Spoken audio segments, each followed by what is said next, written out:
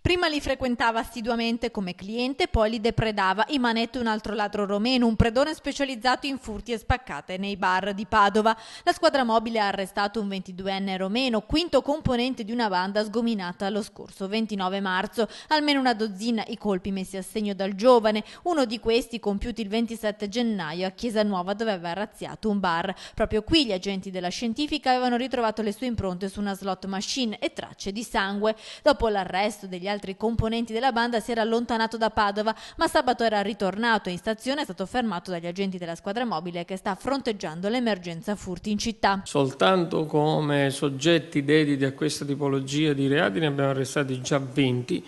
Chiaramente questo è il frutto dell'implementazione di quei servizi di prevenzione. Ladri che arrivano dalla Romania. Per questo 2 settimane fa il sindaco di Padova Ivo Rossi aveva incontrato il console romeno per chiedere la collaborazione della loro polizia. Un incontro a cui fatto da mediatrice la prima consigliera straniera di Palazzo Moroni, nonna Evgenie, anche lei romena. Il progetto è già dal 2005 e anche qui a Padova anni addietro c'erano dei poliziotti romeni che venivano in esperienza interscambio e giravano con i nostri poliziotti per la città identificando poi le persone, lavorando insieme. Ora, spiega nonna Evgenie, è proprio la stessa comunità romena, che conta 10.000 persone a Padova, che chiede un intervento. È una comunità che intende restare e in quanto cittadini a tutti gli effetti di questa città intendiamo anche noi difenderci al meglio.